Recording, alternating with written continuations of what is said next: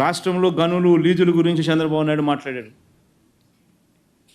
రాష్ట్రంలో గనులు లీజుల గురించి మాట్లాడుతూ పెద్దిరెడ్డి రామచంద్రారెడ్డి అని ఆయన మీద బండేయాలని చెప్పి విపరీతంగా ప్రయత్నం చేస్తూ ఉంటాడు. పాపం పెద్దిరెడ్డి రామచంద్రారెడ్డి ఈయన చిన్నప్పుడు క్లాస్మేట్లు. అప్పుడప్పుడు పెద్దిరెడ్డి రామచంద్రారెడ్డి కాలేజీలో ఉన్నప్పుడు చంద్రబాబు నాయుడు కొట్టినాడంట. ఆ కోపాన్ని ఆయన ఎప్పుడు తట్టుకోలేడు, జీర్ణించుకోలేడు. పెద్దిరెడ్డి రామచంద్రారెడ్డి అంటే ఇటుకుంటాడు, వాళ్ళ కుటుంబాన్ని నాశనం చేయాలా, వాడి కుటుంబాన్ని తొక్కాలా, వాళ్ళ కుటుంబాన్ని చెడు చేయాలా అని చెప్పి.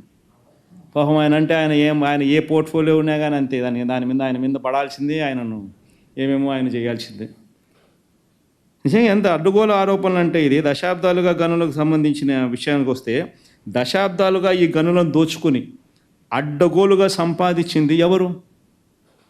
2018 ఈ మైనర్ అండ్ మేజర్ ఖనిజాల కారణంగా, మైనర్ అండ్ మేజర్ మినరల్స్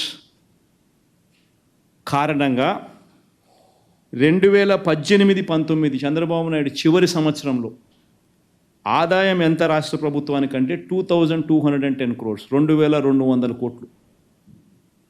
ఈరోజు 2023-24లో మేజర్ అండ్ మైనర్ మినరల్స్ శాఖకు 4000 కోట్ల ఆదాయం.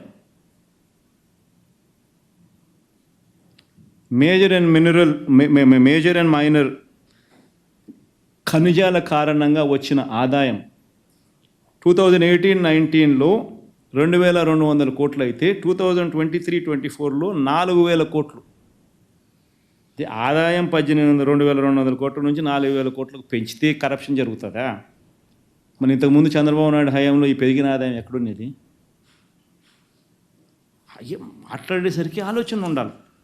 APMDC, Andhra Pradesh mineral development corporation 2018-19లో చంద్రబాబు దిగిపోయే టయానికి దాని ఆదాయం 400 కోట్లు. ఏపీఎండిసి ఆదాయం చంద్రబాబు నాయుడు దిగిపోయే టయానికి దాని ఆదాయం 400 కోట్లు. ఈరోజు దాని ఆదాయం 3000 కోట్లు పైచిలుకు. ఏపీఎండిసి ఆదాయం ఈరోజు 3000 కోట్లు పైచిలుకు 2023-24. ఆయన హయాం దిగిపోయే టయానికి 400 కోట్లు, 23-24 టయానికల్లా 3000 కోట్లు దాటింది. ఎక్కడ మనం మాట్లాడుతున్నాము ఆరోపణలు చేసేసరికి ఏదైనా లాజిక్ ఉండాలా, ఏదైనా రీజన్ ఉండాలా? వైట్ పేపర్ అంటాం, అబద్ధాలు చెప్తాం. ఎంత మటుకు ధర్మం ఇది?